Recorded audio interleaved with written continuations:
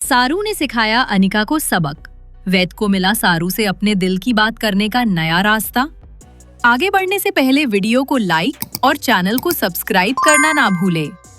Serial सारू में अनिका सारू से बदला लेने के लिए सारू की बनाई मुस्कराज की मूर्ति को घर के बाहर गमले में तोड़कर छिपा देती है। पूजा के दौरान जब पंडित मुस्कराज की मूर्ति लाने को बोलते हैं तो मुस्कराज की मूर्ति गायब देख सारू हैरान हो जाती है। चंद्रकांत और सारू मुस्कराज की मूर्ति को ढूंढने और नहीं तो नई मूर्ति का इंतजाम करने लग जाते हैं। पंडित उन्हें मुहूर्त से पहले मूर्ति का इंतजाम करने को बोलता है तो वही अनिका, उर्मिला और कामिनी सारू की पूजा खराब होती देख खुश होती है। इधर वैद सारू के बदले व्यवहार और उसके किए गए कारनामों के बारे में सोचकर परेशान होता है कि अचानक से इतना बड़ा बदलाव कैसे आ गया सारू में। वैद गौरी से, जो कि असल में सारू की मां सरोजा है, से सलाह लेता है कि कोई इंसान एक रात में इतना कैसे बदल सकता है।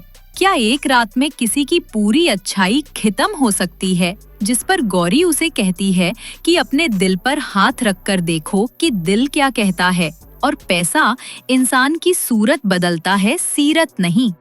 ये हो सकता है कि वो सब कुछ समय का नाटक हो, मगर खड़ा सोना हमेशा खड़ा ही होता है।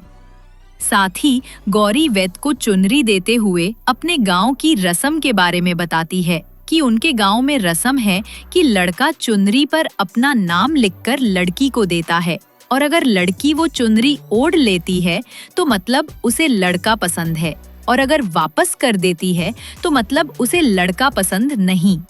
वैद को ये आइडिया पसंद आता है और वो चुनरी लेकर उस पर अपना नाम लिखना शुरू कर देता है। वहीं दूसरी ओर सारू को गमले से फूल तोड़ते वक्त मिट्टी में दबी हुए मुस्कराज की टूटी हुई मूर्ति मिलती है, जिसे देख सारू समझ जाती है कि ये सब अनिका की चाल है और वो उसे सबक सिखाने की ठान लेती है। अनिका अंदर कमरे में अकेले में सेलिब्रेट कर रही होती है। तभी दरवाजे पर नॉक होने के साथ ही अचानक से लाइट ऑफ हो जाती है और कमरे की हवा तेज हो जाती है।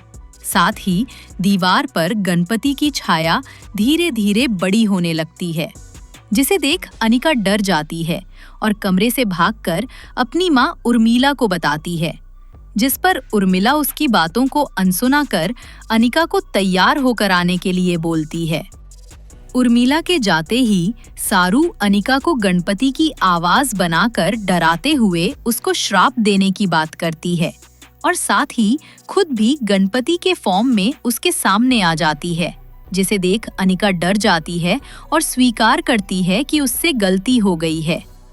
अनिका के गलती स्वीकार करते ही सारू खुद को सामने ले आती है और उसे चेतावनी देती है कि अगर उसने समय रहते मुस्कराज की मूर्ति का इंतजाम नहीं किया तो वो उसके सारे कपड़े जला देगी, जैसे कि प्रिंसिपल की गाड़ी जलाई थी। और साथ ही उसके पास उसकी रिकॉर्डिंग भी है, जिसमें उसने स्वीकार किया है कि वो सब उसने किया है। शो के आने वाले ट्रैक में आप देखेंगे कि मुस्कराज की मूर्ति का कहीं से भी इंतजाम ना हो पाने के कारण, कोई और चारा ना होने की वजह से अनिका खुद ही मुस्कराज की ड्रेस पहनकर बैठ जाती है। पंडित सभी को अपनी मनोकामना पूरी करने के लिए मुस्कराज के कान में अपने मन की बात कहने को कहते हैं। सच्चाई से अनभिज्ञ पहले वेद मुस्कराज के कान में, जिसके अंदर अनिका बैठी है, सारू से अपने प्यार की बात और इजहार करने को बोलता है, तो वही चंद्रकांत भी मुस्कराज के कान में सरोजा और साथ में उसकी बड़ी बेटी के मिलने की बात करने वाला होगा।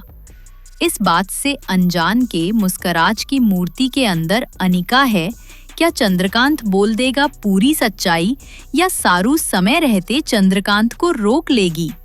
क्या होगा अंजाम? जानने के लिए सब्सक्राइब करें हमारा चैनल टीवी पटाखा। धन्यवाद।